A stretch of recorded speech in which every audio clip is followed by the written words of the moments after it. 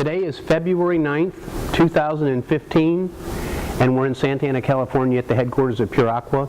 Behind me we have a water filtration system destined for Mexico.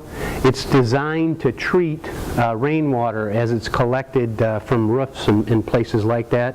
Its rate of operation is about 10 gallons a minute.